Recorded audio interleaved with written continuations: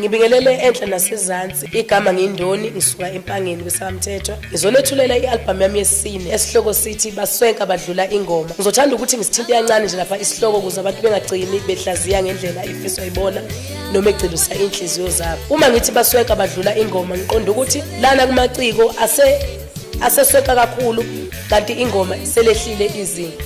Bengingacela nje ukuthi singabaculi sikhumbule ukuthi asiyiculeli thina. Siculela abantu abahlukahlukene, ngabala abantu abasebhedlela, abantu abasemajele, abantu abanenkinga abadinga thina sibaduduze siphinde singabuyisela ithemba.